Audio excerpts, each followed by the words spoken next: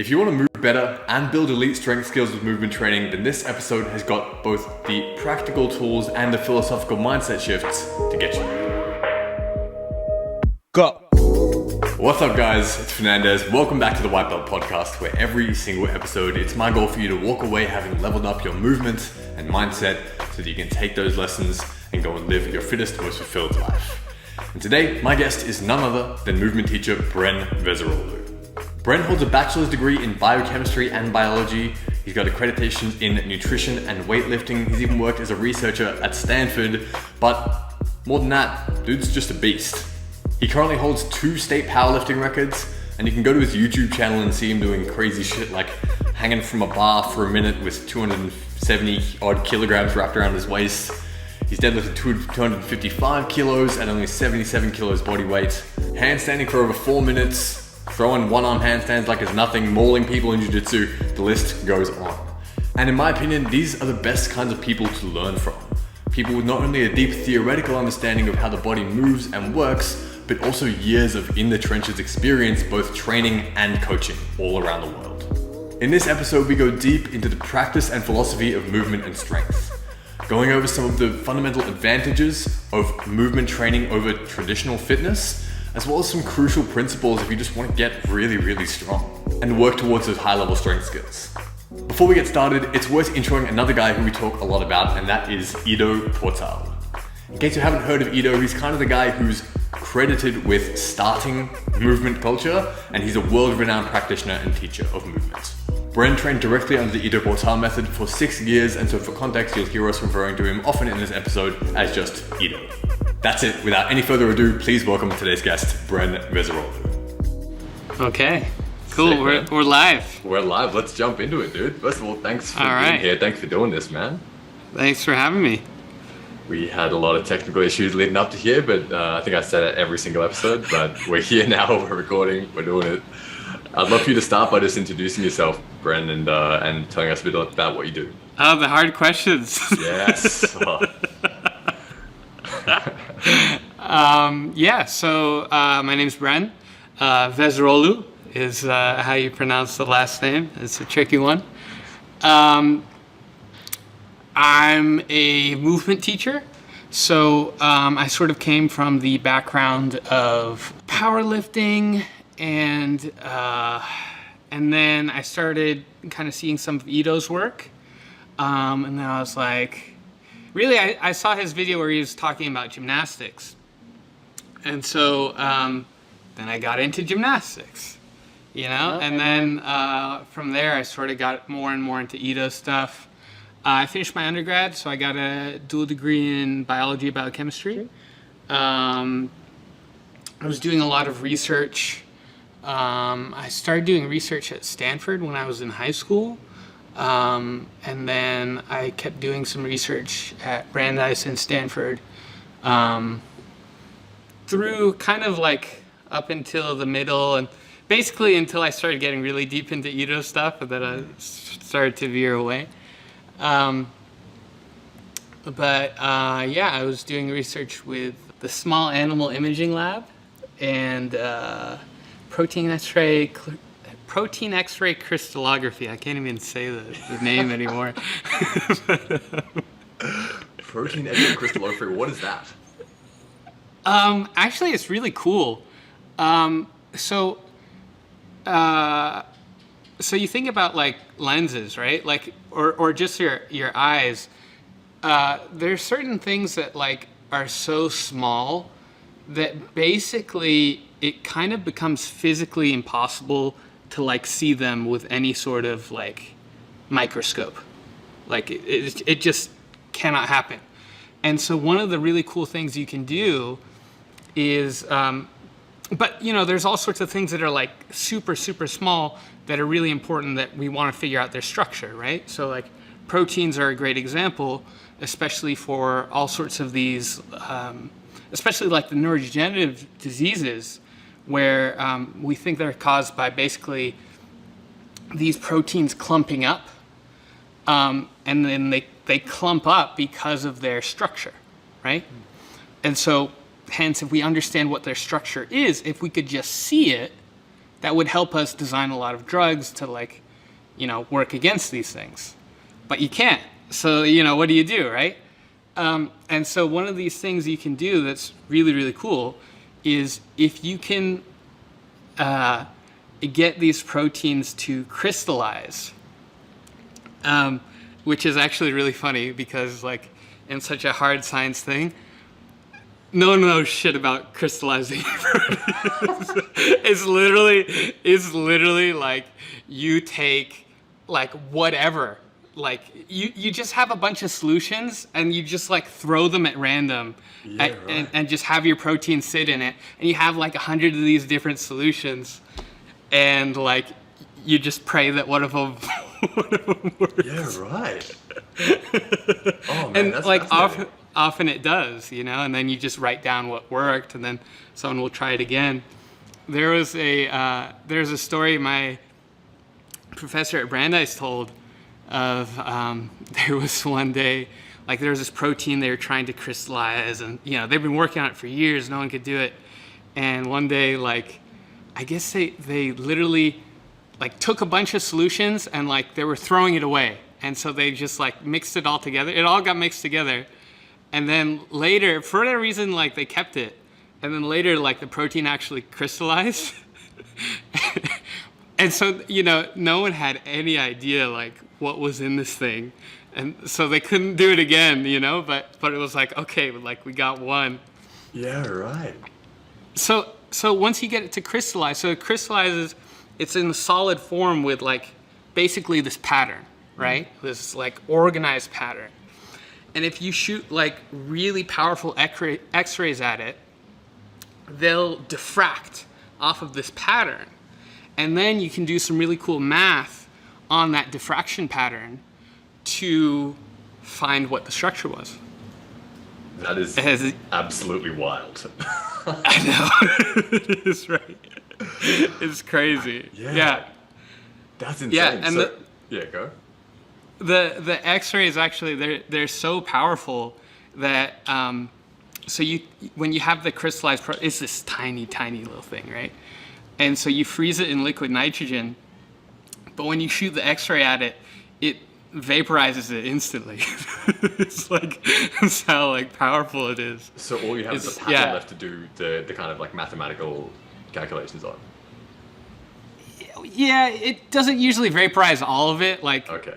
I don't know, but like a lot of it, like it doesn't just melt, it like it goes. That's so hectic. So how did you? So correct me if I'm wrong. Protein X-ray crystallography.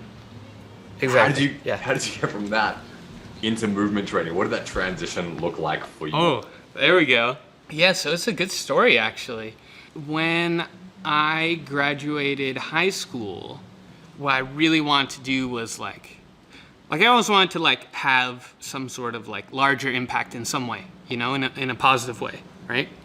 And what I really wanted to do more than anything else was like solve Alzheimer's disease. Like that was my thing, Okay, like do whatever it takes, okay.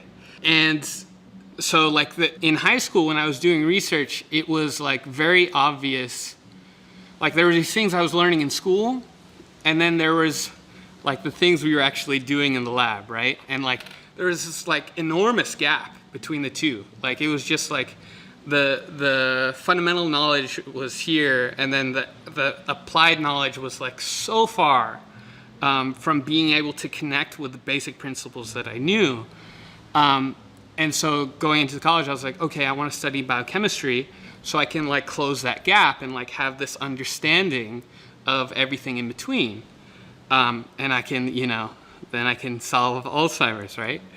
Why Alzheimer's? I had a grandparent. So my grandfather had Alzheimer's, and and that was it's a nasty thing, man. It's rough. Yeah. And I think cancer gets a lot of attention, which rightfully so. But with cancer, like I feel like it's easier to have a lot of this activism because people that have it can still speak up and like go do things, like for a while. But with Alzheimer's, like you really like you're essentially you're losing your consciousness, you're losing your mind, right? And it does kind of start slowly, but you can't speak up for yourself if you can't think, right? And so it's hard to have activism when the people that are suffering for it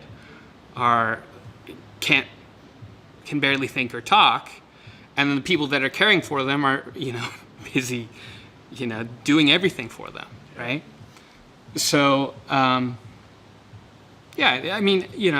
every major disease has their own things and their own different like trials that people go through. But I guess for me, like I never really got to know my grandfather at all, like because he had Alzheimer's, and because like when I was young enough, I didn't remember him, and he was in Cyprus, we're in the US, so there are only a few visits, barely remember anything. And then when I was old enough to remember him, like he was like like barely talking, and he passed away. So and it's also like really, really common actually, and it's just getting more and more common as years are going on. So I thought, okay, this is kind of a perfect thing as far as like, yes, this is a extremely complex problem to solve, but I think it's really important, and it's growing more and more important as time goes on, with no clear end in sight, with no treatment whatsoever at the time. Now there's like a little bit you can do to like maybe barely slow things a little. But at the time there was nothing whatsoever you could do. And frankly, that's still for the most part true now. But as I was studying, as I started learning more, I started to realize more and more that like that gap that I saw, like it wasn't closing very much. And like actually like no one could close that gap. Like that knowledge is not within the human scope of, communal knowledge right now, and it's pretty far from being there. So as I'm starting to see more and more that these things that I want to learn are not known, I also start reading about the paleo diet, and Ito stuff. And like, there's like the Nassim Taleb-ism that Ito quotes a lot, right? Of like, a chef doesn't have to know the molecular composition of a soup in order to cook it. Yeah. Right? And so that was like, as I started, I'm studying the molecules of the soup, right? And then here's the other thing, even just, not to get too much into the details of like protein structure, but like even just one protein, they're not always in one shape. They're like taking these different shapes all the time. They bind to different things. It's very hard to even accurately know what shape it might be in at one time, like let alone at all times, let alone what it might bind to. And so it's like, if we can't even figure out really the structure of like certain proteins that we think are really important, and then like the interactions between them are that's even more complicated. For whatever reason, when we try to model it with in silico is a term, like with computers, right, that doesn't work well. Like even when you take into account like quantum mechanics, it still doesn't work well for whatever reason, which is still weird, like it works shockingly badly. Yeah, right. It's weird how bad it is. Yeah. And so now, of course, your body doesn't just have like a few cells and a few proteins. Like there's like thousands and thousands of proteins, and they have all these different conformations, and then you have trillions of cells, and there are all these, there's so much complexity in there, and we understand so little of it. I started just seeing more and more the value of like, okay, let's approach the body as a whole integrated system rather than trying to like go for each of the molecules of the soup one at a time. Like, I think it's both important, like, and I think eventually breakthroughs will come from studying molecules of the soup, but it's like, how long will it take? How many people will have to suffer before that happens as well? Yeah, absolutely. And so it's like, okay, we can work on that, but as far as what I'm gonna do and like how I could have the biggest effect, I started thinking more and more that working with like these holistic systems was a much more powerful approach, especially diet and movement.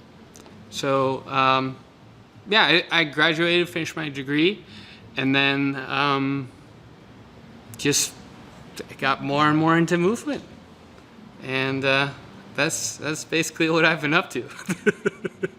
Oh man, thank you for telling that story.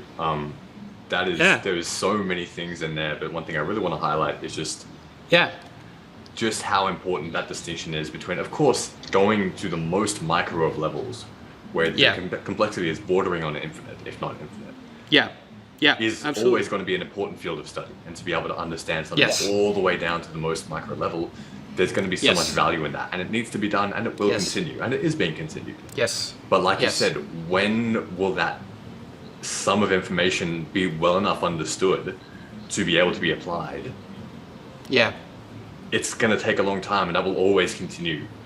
But what can we do immediately in order to, prevention is the best medicine, what can we do immediately to make sure that less people need the intricate understanding of whether it's Alzheimer's, whether it's cancer, if we can find some ways just to get people to do things right now in their own life that can just correct course and, touch wood, we'll never have to worry about those kinds of things. Of course, this is not, I'm not saying that all cancers and, neurodegenerative diseases are avoidable, but I am saying that there are so many things that we can do in our own lives right now to drastically change the course of what otherwise could have been had we not done those things. And I think that's just a super, super powerful perspective that I honestly don't hear people talk about enough. Yeah, absolutely. And that's kind of the thing, like, and there were, I guess, kind of two parts of that. So one being basically that there's a huge amount of work being done on the micro level by very intelligent people. But on the macro level, like the work that's being done and like the academic rigor and like is nowhere near the same degree, in my opinion. And so hence it, being a person working on that, I think you can have a stronger impact right now, at the very least, But then also it was like, I used to like, I still do like, love going to conferences. This is the thing. So at Stanford, I think it was my sophomore year. So in the summer I was working at Stanford. And one day, some of my friends and I, we realized there's this talk, there's people coming in, and they're gonna like present more or less their life's work in like 15 to 45 minutes, which is like, I think pretty cool. And you get free lunch. I'm like, yes, like this is a huge win, like, say no more, I'm there. And so like, I kind of made this habit very early on of like, any of the posters, like anywhere in campus that would have a talk, like I would go see it. There's like Nobel laureates sometimes, there's like, there's all these incredible people presenting and incredible people listening and asking questions. So of all this time, all these talks I go to, there's this route you go through in biochemistry, right? Of like, as your career gets more and more successful, okay? So here's the cliff notes. So everyone studies a disease. You pick a disease, right? And then you got to find your pathway, whatever pathway you think's important. And then within your pathway, you've got to think like, okay, which protein is like the most critical? Okay, you pick your protein. And this is like, we're talking over like years and like decades for some of these steps, right? So you pick your protein, and some of these like you just start needing more and more luck. More and more luck. So then if you're lucky and you can validate that your protein's important enough, then you can start to design some drugs to like bind to it and like stabilize it or block it or like do something that's gonna help whatever disease you're studying.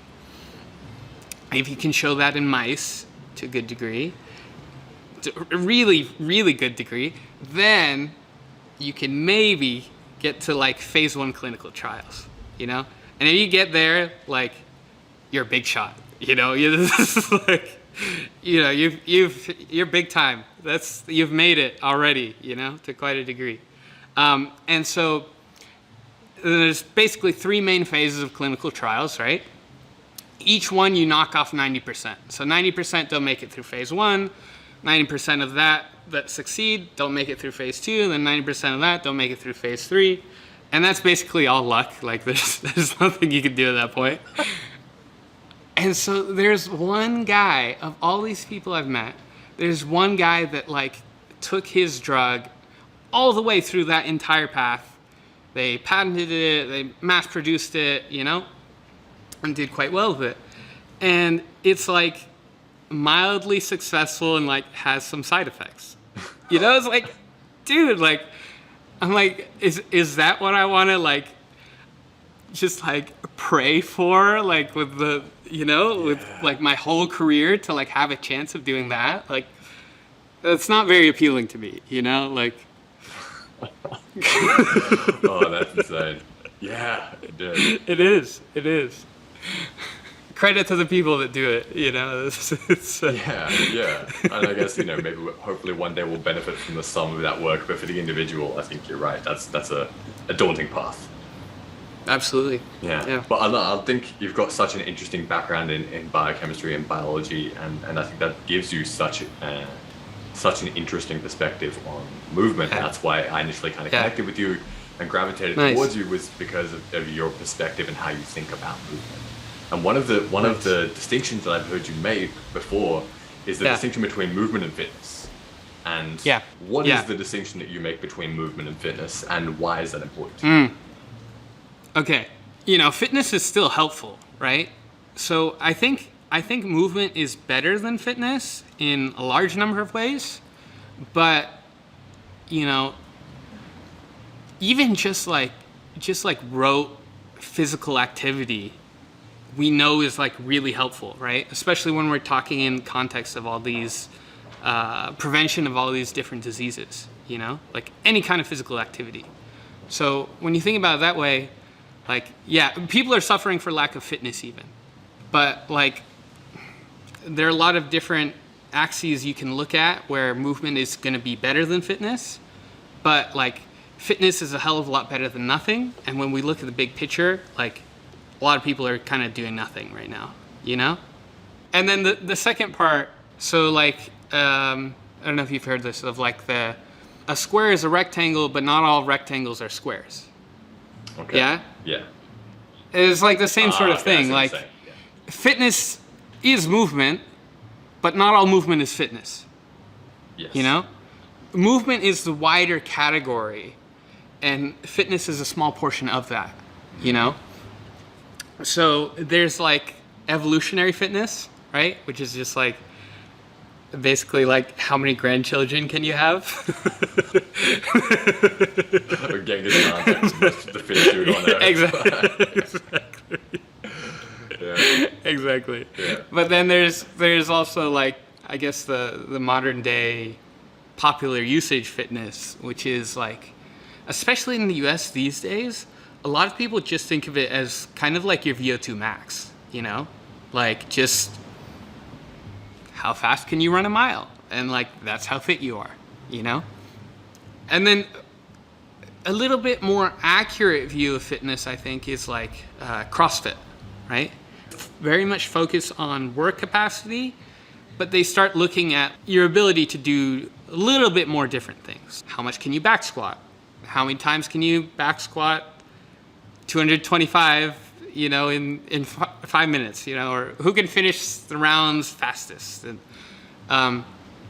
so the popular view of fitness is like VO2 max. Mm-hmm. And then the CrossFit view is like VO2 max plus like maybe some mobility and like some strength and like a few different portions. And then like movement is like so much bigger, There are so many things that like I think people like generally don't really have a clue. Like you look at a bodybuilder and most people just assume that like, oh, they're strong in every way and like must be good at sports, because like they're the muscles, but it's not true at all. Like there are so many things within movement that are not affected by how big your muscles are, or even like how strong are they. If we're working on like the next MacBook, right? And everyone's focusing on not even the hardware, but like the casing, right? Like, what does the casing look like? And then with movement, it's like we're focusing on the software, right? Like, what can we do with this thing? And how can we like utilize what's there in better ways, And so in the same way that no one would say the software is less complex than the casing, and like it's far more complex than the casing, movement is far more complex than just the strength, the muscle, and the flexibility, right? And so actually that's where most of our focus goes, is on learning movement, having skill in movement, especially in multiple disciplines, right? Yeah, that's I love that analogy. And I'm gonna actually take it and run with it a little bit more. So yeah, for some context, if someone is kind of like, okay, I hear what you're saying, I like where this guy is going, but what does that actually look like? Like, let's say an example of how you might take a student through their movement practice. What does that look like, and what are some of the advantages over maybe the more narrow-minded, more specialized, let's say, bodybuilding style training? Okay, I'm gonna reverse the order on you. Yeah, go for it. Okay, we'll go advantages first, and then we'll say what does it look like. So the advantages are function, like it's almost like solely so, but that is such an enormous advantage. And like, just to say function is like function is kind of everything, right? Mm-hmm. So there's a nice little thing. So, well, okay, not nice, but it was a clear example. So we're in Nicaragua here, right? And so I came here with a group of friends from the Bay Area, most of them, and we rented motorcycles. So you get a bunch of like kind of tech people, and then they're riding like dirt roads in Nicaragua, like for the first time on these motorcycles. Like, shit's gonna happen, right? Yeah. It's like, and sure enough, there were a lot of like accidents the first kind of few weeks. But one of them, a friend was right in front of me. They lose control of the front wheel, and they just like kind of slide like to the side, right? Like, this motorcycle is like, I don't know, probably, I would assume around 200 pounds, like they're not light. And then that's on top of you as you're sliding across this like dirt with rocks and like pebbles, right? She was sliding and having all this weight force into her knee, and it basically ripped all of the skin off of her kneecap to the point where I could see her patella, right? And then so she's like, goes into shock. My other friend is like, can you help us? Like, I'm like, okay, okay, And I was able to lift up the bike and like get it off of them, and then pick her up and take her to a car, and then, you know, get them to the hospital, and then take her out of the car and like carry her into the clinic, you know? And that's a function, right? To be able to lift the bike and move it, to know where to, it sounds simple, but like to know where to position your feet so that you can do that, is not something you learn with bodybuilding. Again, like no matter how much you do. So again, like, you know, hopefully people won't need those functions, but occasionally you do, and you will, right?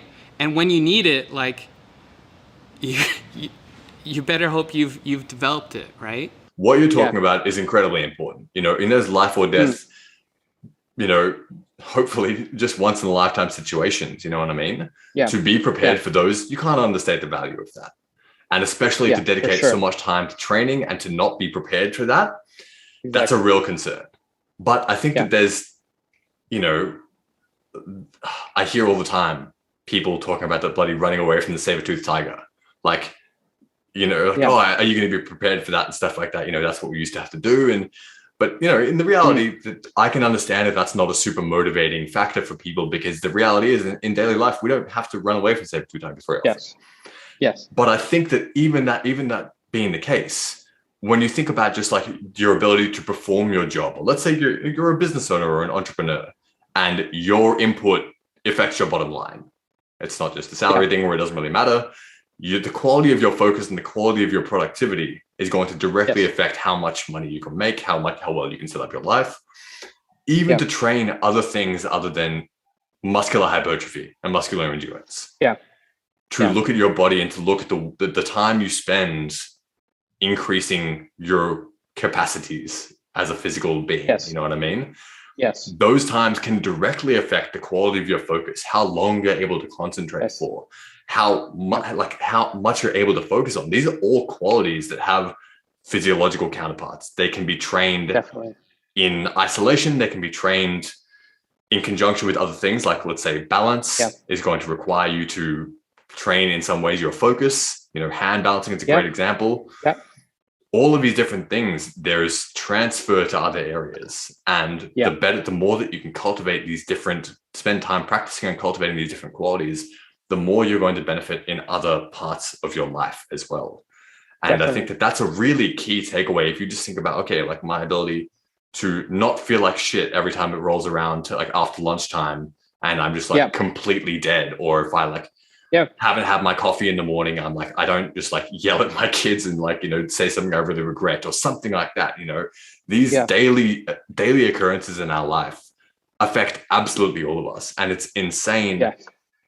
One thing I've noticed since I've made the switch from a more fitness mindset and purely kind of bodybuilding, I guess, focus with my training, not that I got very proficient at that, but that was my focus. When I started to focus on other things and expand my definition of what was going to happen during that training or practice time, I've noticed so many other differences in just how I feel on a day-to-day basis. And that's been absolutely huge.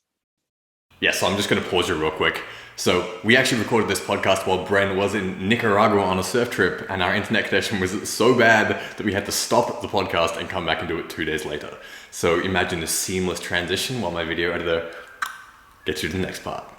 One eternity later. So we're going to jump back in, and we left off talking about some of the really pronounced benefits of movement training in comparison to fitness.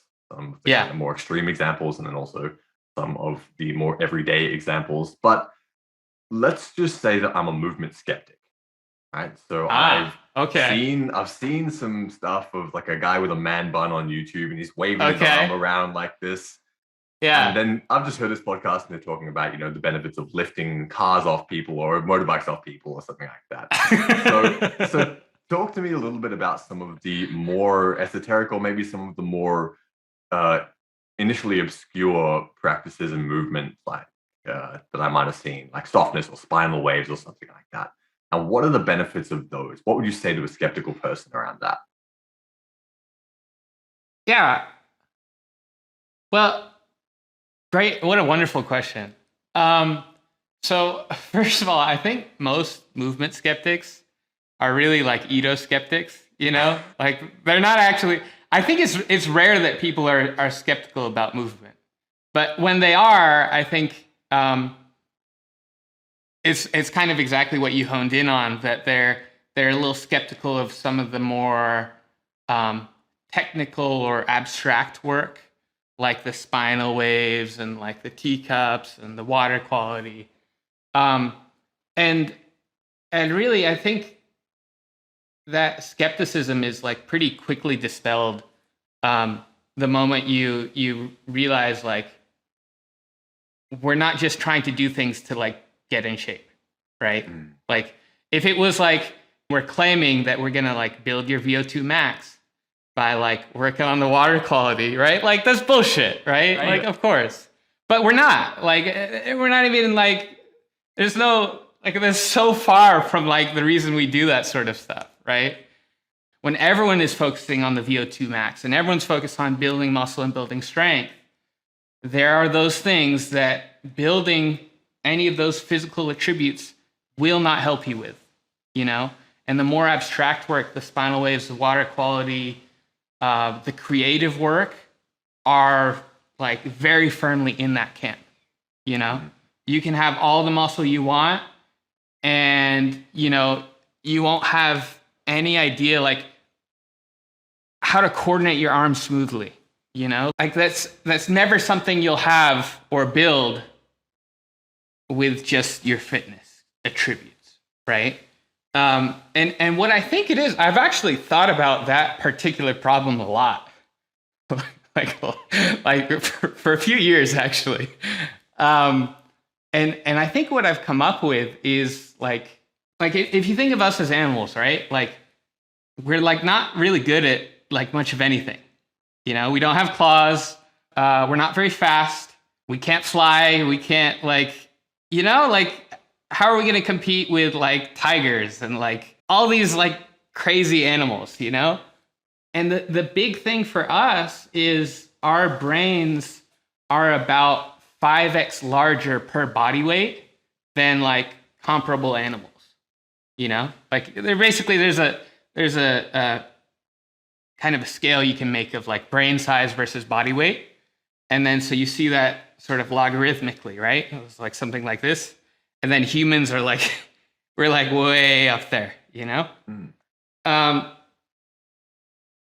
Yeah, and the reason that we have evolved to spend that much energy every day on having these huge brains is so that like we can do all these complex things.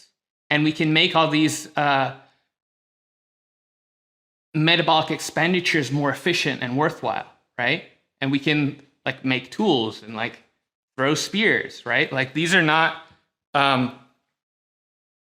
simple movement tasks. As much as, you know, you might think that like holding something is an easy movement task, like you give it to a child, right? Like look at a child play with any object.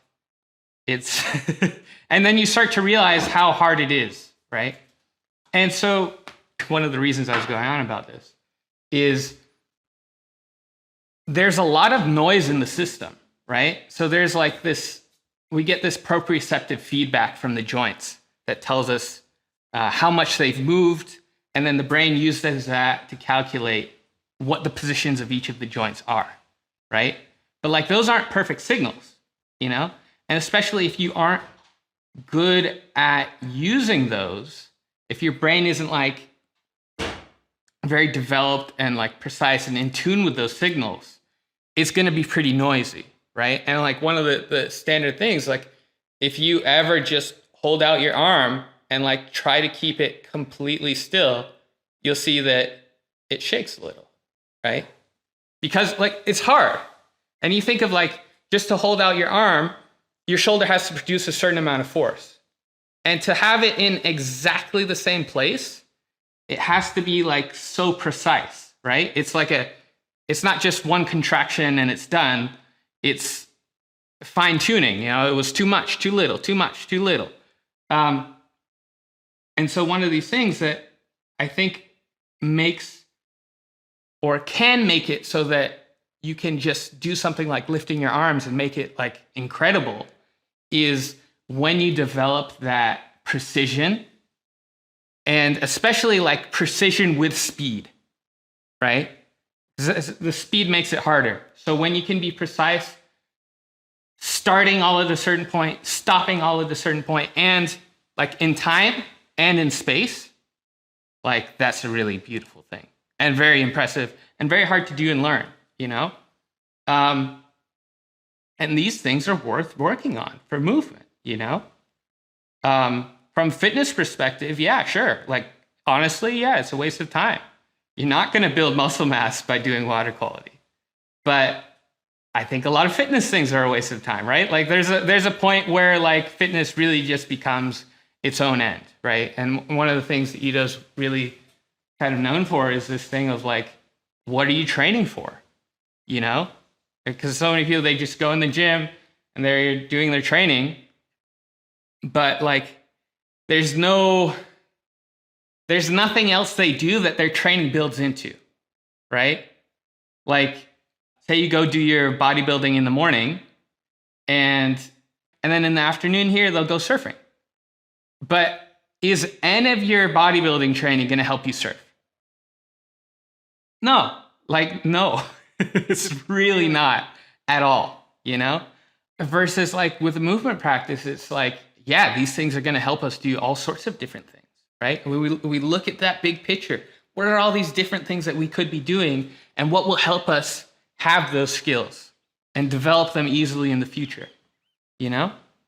Yeah, dude, 100%. I think this is another really interesting thing to touch on as well, because I think in fitness, a lot of the time, I think especially in the bodybuilding world, but also in other fitness circles, there's a bit of pressure or encouragement to think about things in this very narrow, almost fake utilitarian way, in the sense that like, well, oh, why would I do that? That's a waste of time. Yeah. And I think that is a little bit of a flawed way of looking at it without asking a couple more questions. Well, a waste of time for who, or like, what do you care about doing with your body? Yeah. Because like you said, there's going to be some things, if you only cared about getting fit, then maybe some of those things like a spinal wave might be a waste of time. Well, okay, but how do you care about being fit? Well, like, well, I want to be fit, but actually I also really like surfing. But my thoracic spine does not move at all, so I get really tired every time I paddle out. Okay, well, now all of a sudden you care about fitness, but there's this very specific quality of fitness that you might want to explore that something could really, really help you with. So whenever we see people doing something that we don't immediately recognize, or something without context on Instagram, and we say, or many people say, that's bullshit, that's a waste of time, what are they doing? Versus, oh, this is an exercise that everybody should be doing. And I don't know. Maybe the barbell bench press isn't necessarily an exercise that everybody should be doing, because there's lots of other alternatives for lots of other different contexts that might be more appropriate at a particular time. This shit gets really complicated. But what you hit the nail on the head just before, what do you care about doing with your body? That is the question that I always want to ask first whenever I work with anybody, because it's going to give me information. You're going to move so much more often if you care about the outcomes that you're producing in that time, in that movement practice. If it's helping you. I had a conversation with a guy, with a new client yesterday, who plays footy a lot, but understands he's not going to do that forever. And he's just had a kid, and his dad wasn't there for him to play with him because he couldn't move. He was physically limited, and he doesn't want that to be him. So he wants athletic performance, but also longevity, and also movement in different ways, being able to pick his kid up, being able to run around, do different things without having to worry about blowing a disc out or something like that. You know what I mean? And so that guy is going to stay much more motivated with a spinal wave than if I was like, these are good. Because he's got meaning. He's got something to draw him to that practice. And he's got a reason to do it. And he cares about the outcome. If everybody can find that for themselves, they're going to fall so much more in love with the process, fall so much more in love with the practice itself, with the feelings that you get. And it just starts with asking yourself that question. So, I think, if you're skeptical, get some context and ask yourself, why do I care about it? And Definitely. then you're going to get some more context on whether or not that thing that you're skeptical about is actually going to help you, or maybe it is a waste of time. Yeah. And then, maybe you do your fitness things and then you realize, oh, my back's really hurting. And maybe I need some of those spinal waves after all. Yeah, 100%. So yeah, absolutely. Yeah, man. Great points. I want to talk to you about Ito, and I want to talk to you about your time spent with him training in the Ito Portal method, and you spent a lot of time and a lot of dedication there. But before you did that, you did gymnastics as an adult, I believe.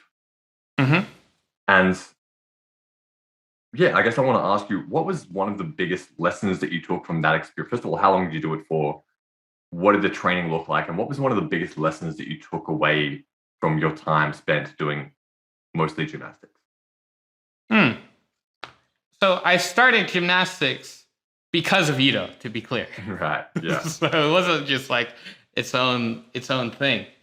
But I basically started my sophomore year of college. There was a point for a little while where I was just doing gymnastics, but then pretty quickly I started doing like Ito's work. And and that became by far the bulk of my training, because there's a lot of things that in gymnastics they don't do well that Ito does, like hand balancing being one of them, and strength training actually generally being another. And so I have met a few smart gymnastics coaches, but overall, honestly, like one of the biggest, probably the biggest thing I learned was how unintelligent training can be, like, because I think gymnastics culture is pretty much like the coaches are just people who were athletes before, and they trained for a decade, and so they love gymnastics and they're pretty good at it, and they just teach it the way they were taught. And then because they also generally start from a young age, it's like there's generally not much direction. The progressions, I certainly feel, weren't that great. Yeah, it left a lot to be desired, honestly. So that was kind of the biggest thing, is just like there are teachers that just like they do what they've been doing, and there are the teachers that are like constantly looking to like improve what they're doing. And like it's a world of difference in quality between they're classes away, And so in gymnastics, it's most of them at a local level, they've just been doing the way they were doing. And yeah, hence it's not that great. Yeah. And that's the sad truth, honestly. I wish I could say there was a beautiful lesson that I learned. You know what? There was another thing that I've sort of learned from just being around gymnastics over years, or around the skills. So like when you look at the skills that people are doing in the Olympics, right? Like let's say, especially like the rings for the men, like they're doing things that are absolutely insane, right? They're doing a cross, not a cross, an inverted cross, right? Like, and they're pulling through it, they're swinging to it, they're swinging into planches, they're coming down to a Maltese, they're pressing it back up into a planche, right? Like those skills that are like so insanely hard, like it's kind of just like layers of skills. So like the handstand's an easy example, right? So when you first start hand balancing, let's say you don't have any skill or strength, right? So you start from scratch. So first you have to build up your chest to wall handstand, right? And you might be building that up from pretty much zero, right? A lot of people can't walk in close enough to the wall for any amount of time, right? So we have to build that from scratch. And once we build that, then we can start building the endurance. And we can take that to 60 seconds, 90 seconds, sets of five sets of 60, whatever, right? And then once we get there and that gets comfortable, and maybe a little bit in parallel, we start building the freestanding handstand. And now again, even if you got all the way to the 60, 90 seconds, you have to start from scratch again. It's already on top of that previous skill. You can't do it without having the strength to hold yourself in a handstand. But you have to start from zero, right? And you build like those first like 1 second holds, right? They're like, it feels like skydiving, right? It's like so exciting. And then, a year or two goes by, and before you know it, it's not exciting anymore if you hit a handstand. It's frustrating if you ever miss it, right? It's like, what the hell is wrong with me? I fell out of a handstand, and then we'll skip the shapes for simplicity. But then, you get real comfortable there. Then you can start working on the one-arm work, right? And then again, you have to start from scratch again. You start from zero. You won't be able to hold a one-arm handstand for 1 second, right? And then it's just the same process, right? But it's built on these previous layers of skills.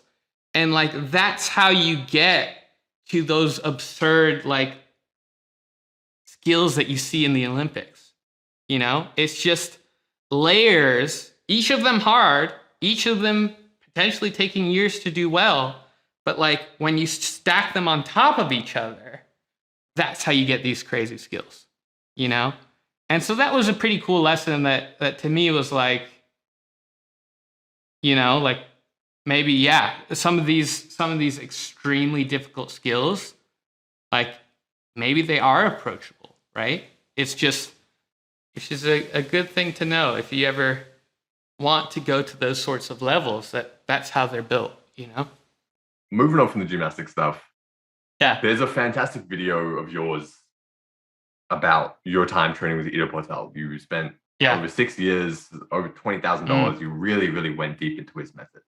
One of my favorite parts about the video that you made about that, which I recommend everyone go and watch. I'll leave a link to that in the description as well. You mentioned Archimedes. He said, give me a lever long enough and I will move the earth. Or and a fulcrum, and I'll move the earth. Yeah. And you said, give me enough volume at the right intensity and I'll get you any skill. Yeah. Talk to me about that. Could you explain to people listening what you meant by that and why that's so important? Yes. I'm loving these questions, man. Thanks, man. Okay, so that's the whole fucking game, is volume and intensity. And there's so much focus these days on what's this fancy new exercise that I haven't seen before, But it's so much of training is really about it's about these foundational concepts. It's not about, because you can do whatever technique, whatever move, and if you don't understand how and why and when you should be doing it, it's not going to do shit for you, right? Or you get injured, right? So versus if you understand how and why and when, then, and especially to a degree where you could then even modify the exercises to work better for you and make progressions, regressions, right? Now you can take any exercise and you can make it work really well, And so that's why, with the whole channel so far, I've only made 1 or 2 videos showing actual movements, because the foundational stuff is so much more important. And it'd be so much easier to just show oh, here's how you do this. Oh, here's how you do that, right? But it feels like there's not any shortage of that, and people are drowning in that information already, And so instead, if we can just understand the basics, the most powerful stuff really well, then we can go really far with anything, And so those most powerful things, the most powerful thing is volume, because volume is practice, right? This is just another way of saying it. And volume goes along with intensity because any volume you do is at a certain intensity. Any practice you do is at a certain intensity. So what the game should really be like the biggest thing you should think about with your training, the first thing is like kind of how can I get as much volume as possible in an intensity that's going to work well for me. So volume is it's by far the most important variable. It trumps everything else, right? Because you can have no volume and it doesn't matter what you do, you won't get anywhere, right? And a lot of times people get caught in this like over-analysis and the paralysis by analysis, and everyone knows it at this point, right? Because they think about so many of these concepts, right? Like, do I have to use like contextual interference? And like, what do I do for my dad? Like, there's so many things to think about. And like, so some people are just trying to like hyper optimize everything, you know, or even just trying to optimize everything, right? And they spend tons of time and energy thinking about things. They don't actually practice. And what happens, or they don't practice much. And what happens is those people are not very good. You know, they're not very good to start with, and they don't get very good, and they generally quit pretty quickly because it's really taxing to like think about practice that way. Versus what you see a lot, even at like, sometimes I'm sure even Olympic level, there are people where they don't think about what they're doing. They just fucking show up and do what the coach tells them. And they go all the way to the highest level sometimes, right? Like, so when you think about like how important it is to overanalyze these details, like when you have counter examples that strong of people that just show up but they're doing all of the work, they're doing all of the volume, and then they're winning Olympic gold medals and world championships, you know? So that's how powerful volume is, right? That even oftentimes with a very unintelligent training, they'll still get to the top, you know? Because it doesn't matter if you train smart 2 hours a day, and I just train.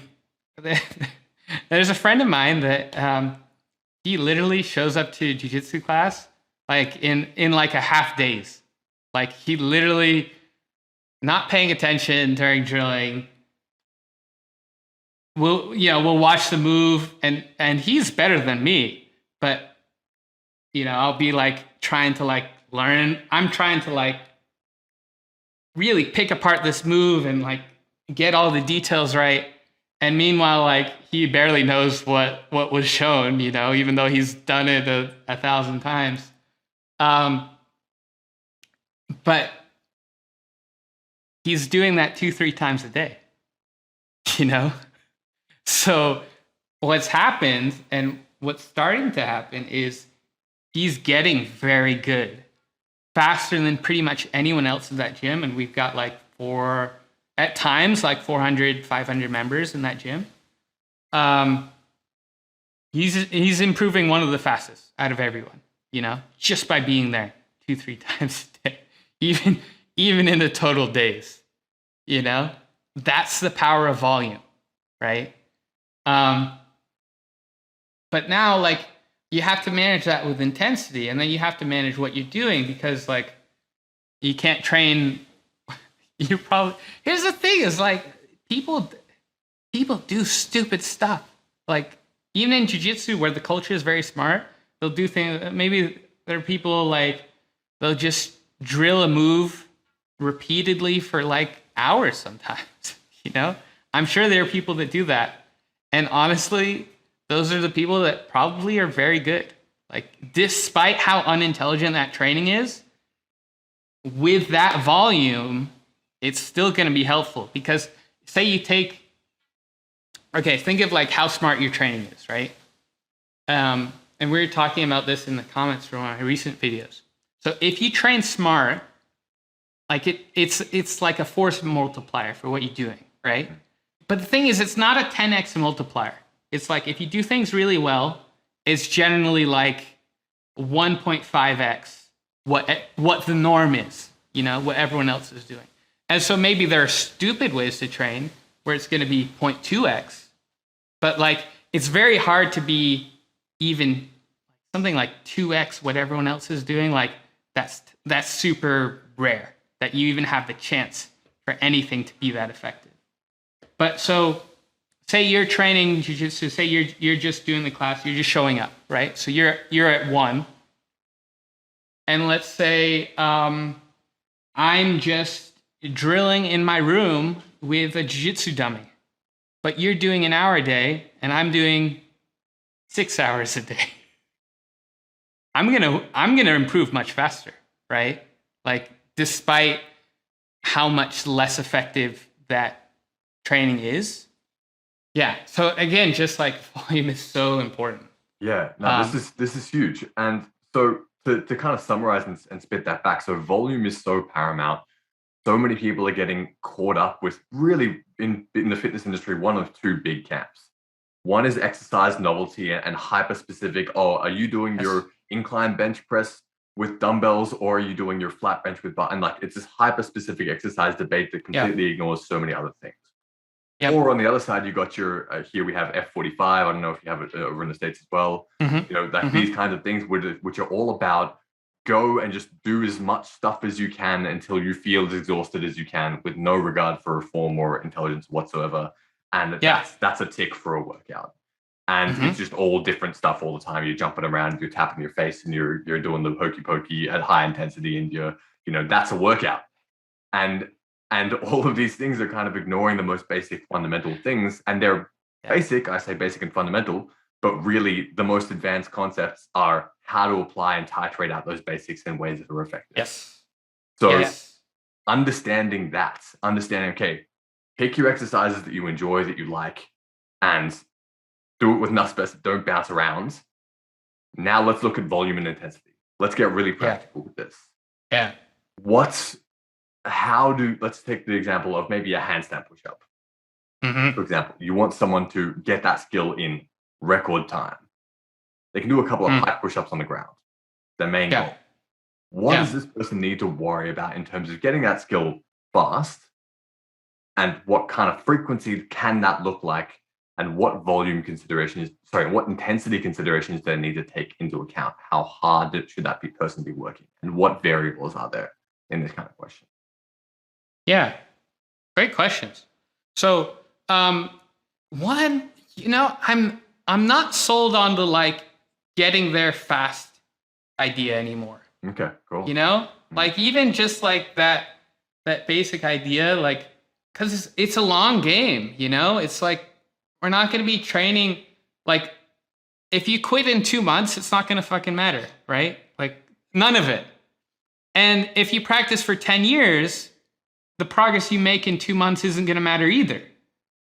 So, like, it's really, to me, either way, not about like how fast you're getting the skills, but like how far you'll go, right? Nice.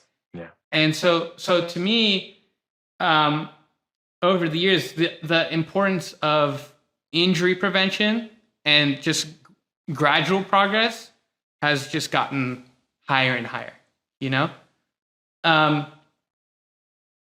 And so one of the easiest ways to get injured, or probably the easiest way to get injured, you can almost guarantee an injury if you just do a huge amount of volume at an intensity that's too much. You can guarantee an injury, right? Like, you can make it happen. Pick whatever injury you want. You can do it. Right? Like, there's a volume and intensity. I'll get you any injury. Quickly too, real fast. So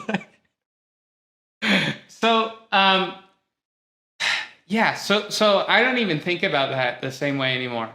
But I will also say, when I first started training, I was still thinking about like the Tim Ferriss minimum effective dose mindset, right? Of like, ooh, let's try just 1 set, or like maybe 2, and like, let's see what happens with that. And so my idea was, and this was with like corporate clients, right?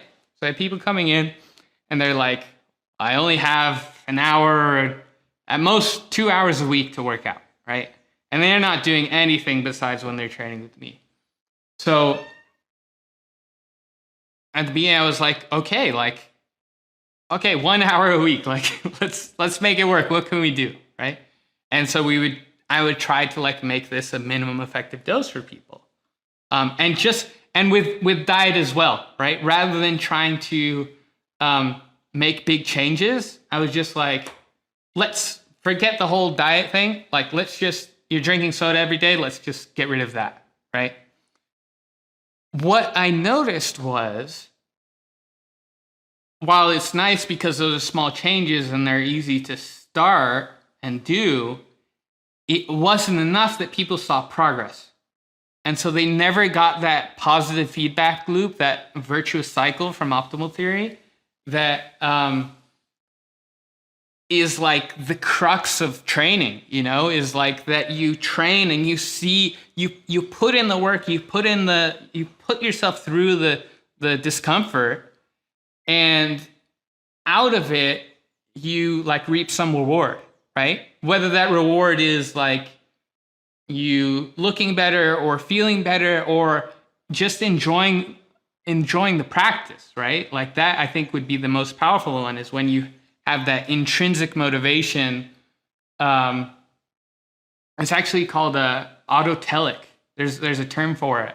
When a task becomes enjoyable, like for no reason, like just because like the task itself is rewarding,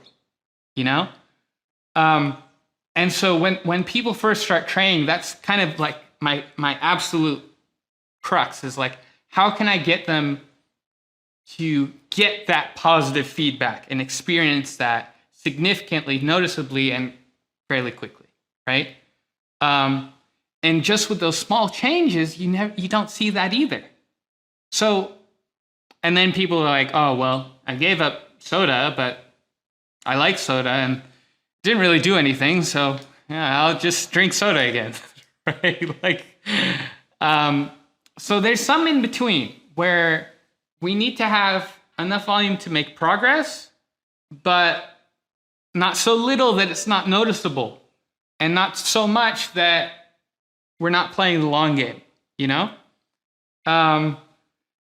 So then it starts to get a little more specific, right? Like, is this person 85 or they're 23, And then for me, one of the things I've just like anecdotally been noticing over years is like what's someone's activity history? Like, again, it seems like there's a stratification of people that have been active and training their whole lives, training or just playing and moving, right? Like just active people versus like people that just have been living in a computer, for a lot of their lives. And that was me too, I wasn't one of those people that was really just active my whole life. I was playing StarCraft for like quite a while, and I suffered for it physically, Me too. So that's another big consideration, because those people that have been active that whole time, like, it's never too late to change things, but like some things do have lasting effects. And I noticed that those people that have been active for long periods or their whole lives, they're much more robust versus the people that haven't. They're much more sensitive. Even if they're in like a similar shape, when you see them, like, or similar level of fitness, it seems to be a qualitative difference. So I would make some sort of qualifications around that, as far as like some deductive work, as far as what amount of volume do I think this person can handle, right? What is their work capacity? And then maybe we want to work somewhere in the middle upper range of where that is right now, When you work with a client, for example, is there a discovery process that helps you decide where to start that person? And I think more importantly, what markers do you look for in their training to understand whether or not that volume is at a good level for them as you manage this ongoing through this discovery process? Because for most people, there's no absolute number. You can't know, boom, it's 6. For most people, it's a play. It's a sorting out. It's Yes. a looking and getting feedback. So what markers do you look for in a client that you train to understand if they're doing enough volume or not? Yeah. So the biggest thing, and this was another principle from the Intro to Movement series, I called it the golden rule of progress. And the thing, it's real simple. It's like training can be so complicated. There's so many variables you can change, right? And it's easy to get stuck in the, paralysis by analysis thing, and or just spending a lot of effort thinking about it and blah blah blah. But like the golden rule of progress is like if you're making progress, you're good, And so like it doesn't. We could be doing 2 sets. We could be doing 18 sets, right? But if you're doing 18 sets a day and you're telling me, Bren, I feel great, and like, you're getting real strong real fast, fuck yeah, like we're killing it. And like, that means of all of the different training parameters, we've nailed something. Like the combination we've nailed a combination that's working for you, right? And the moment we change any one of those, we're messing with the whole thing all over again, right? So when we're making good progress, we're good. Vice versa, whenever we're not making progress or we're losing progress or anything like that, then no matter how smart the combination seems, we need to change it because it's not working, right? And because we continue it doesn't matter how smart it seems and how many papers we've read, and if we've read 500 papers and the perfect number of sets is 6, and we chose like the perfect selection from this research study that was a double-blind randomized controlled trial, right? But if it's not working for you, you better bet like that's your strongest signal. It's going to be even worse in the future, and hence you need to change it, no matter how smart you thought it was. So this is exactly what I tell people about their nutrition as well. They get these nutrition calculators, and they're like, "Did I set my activity level at the level 3 or the level?" I'm like, "Dude, try it, see, and then are you gaining weight or are you losing weight? Are you maintaining?" That's the most important bit. Yeah. Fucking doesn't really matter where you start. It's just that you get data on your own body, what it's doing, and then keep going. I just wanted to drop that in there. 100%. Yeah, and that's totally what I do with diet as well. Yeah. Yeah, that's the foundation of the dieting principles as well. Totally. That's a great point. Okay, so we have that. There's that golden rule of progress. And so that's nice when people are coming in if they've already been training, right? Mm-hmm. And so a lot of people are, and that makes it easier, right? So Greg Nuckols gives this simple heuristic, right? It's like he does these simple, pretty looking flowcharts, It's like, am I making progress? Yes. And then same thing. You're making progress? Don't change shit. And actually, he was the one that first taught me that. He's, I think, the smartest guy in strength science. And I think he would argue otherwise, but I a good sign. Really believe that. Yeah. I was at a conference with him once, and Greg's a strength guy. He's a power lifter, right? And so there's another guy giving a talk, and he was talking about static stretching, like recent studies in static stretching. Because one of these things, you remember back in the day, it was like, if you do static stretching, it's going to decrease your power output and increase your risk of injury, right? Because there were studies that showed that. And then Quinn was like, well, I don't know if there's been another study that was done. And then Greg, it's not his expertise, right? He's just like in the back, like listening, and he's like, oh yeah, they did it, and he's like talked about it. Like he's that kind of guy, right? And yeah, for as far as the point that they saw that you could do the static passive stretching even, but if you do a warm-up after, that actually eliminates the effect on the reduced power output and the injury risk, Anyway, so yeah, when I was training with Greg, I did a powerlifting program with him. I put like 110 pounds on my deadlift in 3 months. Yeah, it was quite good. And so I did the first phase with him, and it worked great, right? It was working really well. And then so I was like, okay, like, what do we do now?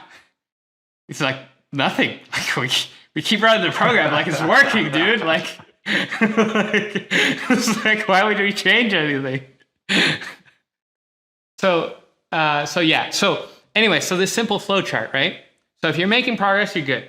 And then, okay, you're not making progress. So now it's, are you feeling like tired all the time and overworked and like, injuries popping up and sensitivities? If so, maybe you reduce your volume, or you're not making progress, but like you feel fresh and like the training isn't so hard.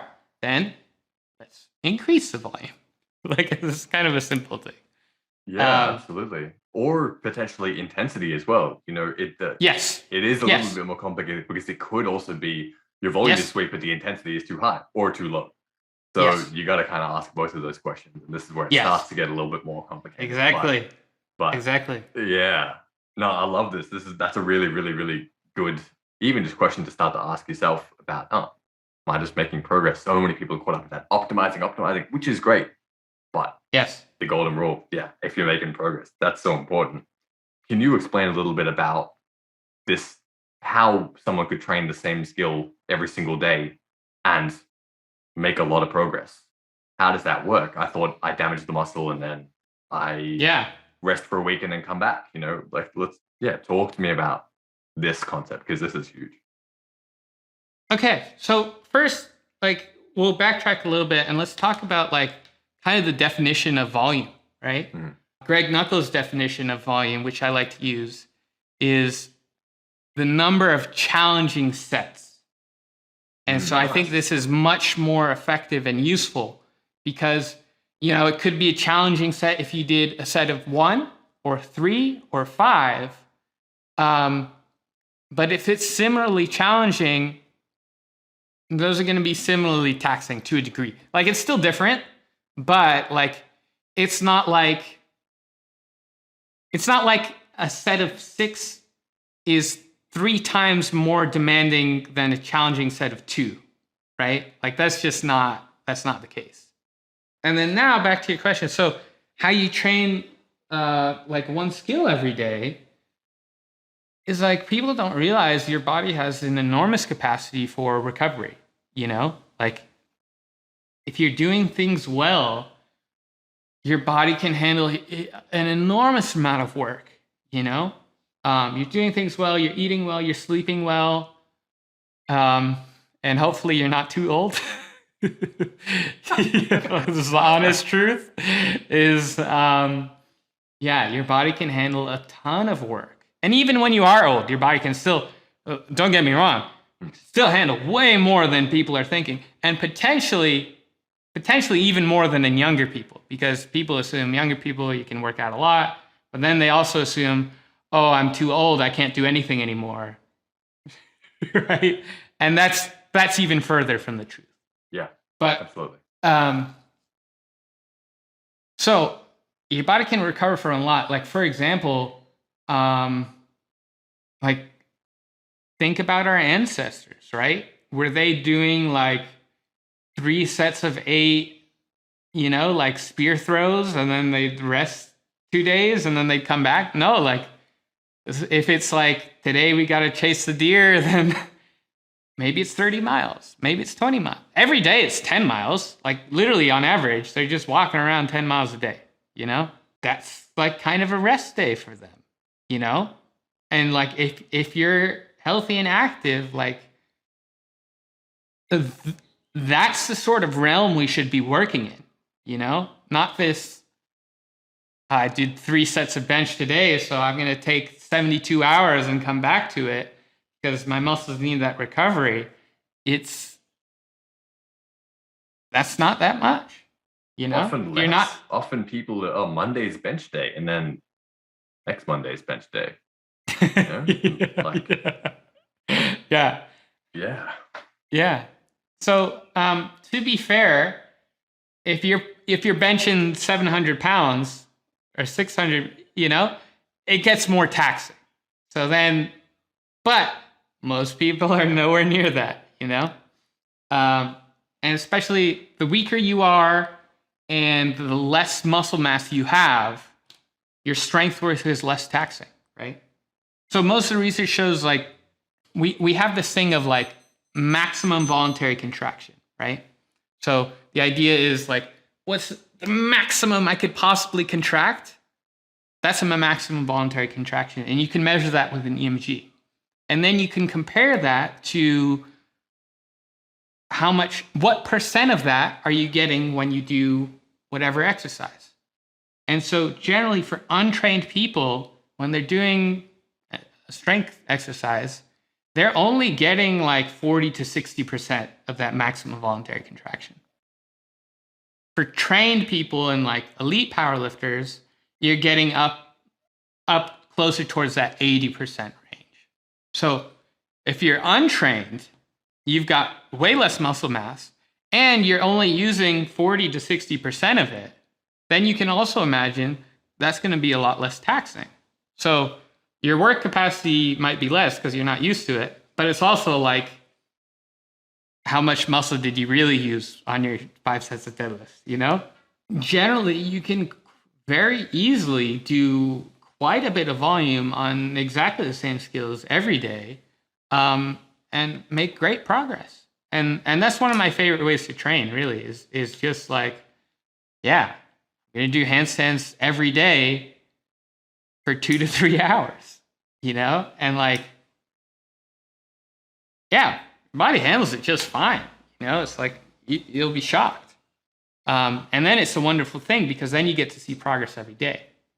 And a lot of times when you train once a week, twice a week, it's hard to see progress, if at all, you know, let alone you coming in today and you're already doing better than yesterday. And then that's holding true like most days. Like that's an incredible place to be. Yeah. So I'd love to kind of slightly move into a different conversation, but it's definitely related. So yeah, I'll speak from my own experience.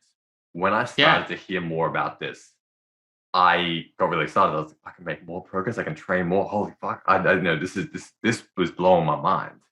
Yeah. And when I did start to use more of that volume and do more frequency, then I actually started to get more injured. And I was like, well, what's going on? But because I'd trained in a way before that was much less frequency, I was used to pushing my body or pushing my sets a lot higher intensity, really grinding out last 3 reps. You know what I mean? And then try to increase all my volume and try to increase all my intensity as well. Sorry, all my volume as well. And that was not the right way to go about that. So I think what we can kind of take away from what you're saying is that if you're going to make the switch to higher frequency training, you do need to step it down just a little bit. You can't be grinding, smashing yourself. You can't be doing those F45 burpees till you throw up workouts and just do that for 3 hours a day every single day and expect the same result. We need to be moderate about this stuff. We need to temper that intensity. But if you do, then and you can see that you're still making incremental progress, then you can afford to train far more often. And I think that's really important. Exactly. That's a very important thing to say explicitly is if you train once a week, you can easily do 8 very challenging sets. You can really push it, right? But when you're training every day, you cannot train you're not going to challenge yourself that same way on every set. It's going to be much more moderate, right? And then, yes, you made an excellent point. And so you take that higher frequency, you drop the intensity, but now you still have this quite a bit of volume, quite a bit of frequency, and then you're able to make that progress every day and be in a great place. Yeah, I'd love to kind of bring it back as we start to bring this to a close to where people, if they've kind of, they've gone and checked out a little bit of your work or they've heard you talk on this podcast and or been following my work for a little while and just want to get more into movement training. They've been like, guess I've done the fitness thing, I've done the whatever F45 thing, and I want to try some of this stuff more.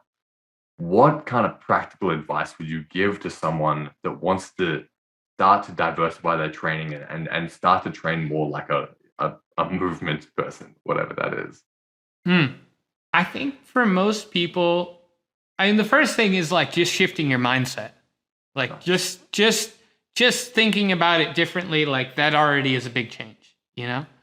But after that, probably just find a discipline to get into, you know, to like dive into and like go pretty deep into something. Again, it's like kind of representative of that first step in that transformation between like the fitness paradigm and the movement paradigm, where like you just train so that you can have these attributes versus like you train so you can do things, you know? And in any kind of sport or discipline, there are all these, it's about doing the things, right? It's not about, you don't surf so that you can build your deltoids, you know? Like you surf so you can surf, so that you can like, so you can shred, right? Or whatever, you know? Yeah. So I think that would be for most people, that'd be the first advice is find something. And really, again, because the most important thing is just that you do it. So find something that's going to be fun. Yeah, I love what you said about the mindset shift thing, because it's just so huge. Yeah. It's just going from fitness is something that you have to, or like not all fitness, but going from the mindset that fitness is something that you have to endure in order to get what you want. Yes. To Yes. movement practice is something that you get to do and also get what you want is just, it's indescribably huge. Yes. I did so many years of quote unquote training. Well, it was training. And I was just going in there being like, what do I have to do to get bigger muscles? And everything was just this frustrating experience of just, is it there? Like, have I got it yet? And maybe I need to do this. Maybe I need to hold my dumbbell like this instead of like this. And that's going to hit the different head. And it was just this really frustrating means to an end. Frustrating and ineffective means to an end in my experience. But even if it's an effective means to an end, it's not even an end that you really want. It's just, the whole thing is just, whoa, fucking, I got to tick this box in order to, I guess, feel better about something. And when you start to do things that you care about and move in ways that you care about, it's so much more effective. You want to do it more often, so you're going to get better at it, and you're going to get better results. You're going to look better than ever. You also get to feel better and care more. And I just, there's nothing else I can say, really. That is just, it's life-changing. For me, it was absolutely life-changing. And there's a reason that I get excited to train twice a day, because I want to. And I guess this is my job as well. So, you know, if you can't do that, don't get discouraged. You don't have to do that. But it's just the fact that I want to, whereas previously I was like just suffering through it to get something that never ended up happening anyway. So there's a better way. Yeah. And I think more than anything else, I think that's the reason why movement should really go mainstream, you know, like to everyone.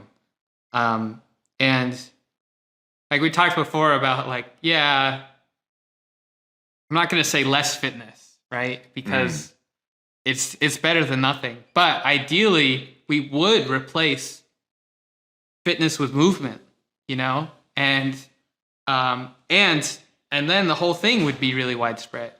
And I think more than anything else, the reason and the how of why that would and should happen is like you're saying, of like, that's so much more intrinsically rewarding, you know?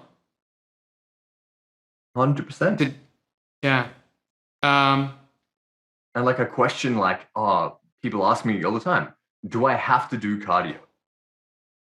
A, for what? But B, that whole question is framed based on the premise that I have to do something in order. What do I have to, just tell me what I have to suffer through in order to get that body that I want. And that's a question based on a false premise. Yeah. Because you don't have to do anything. Obviously, what you do determines the outcome. But you can frame that, you can completely flip that question on its head. Definitely. And maybe if I wanted to do what I'm going to do, I'll do it more, and the outcome for my body will be better. Yes. And you don't have to I don't know if I've ever walked on the treadmill in my entire life. And nor do I really want to. If you do, fucking awesome, do it.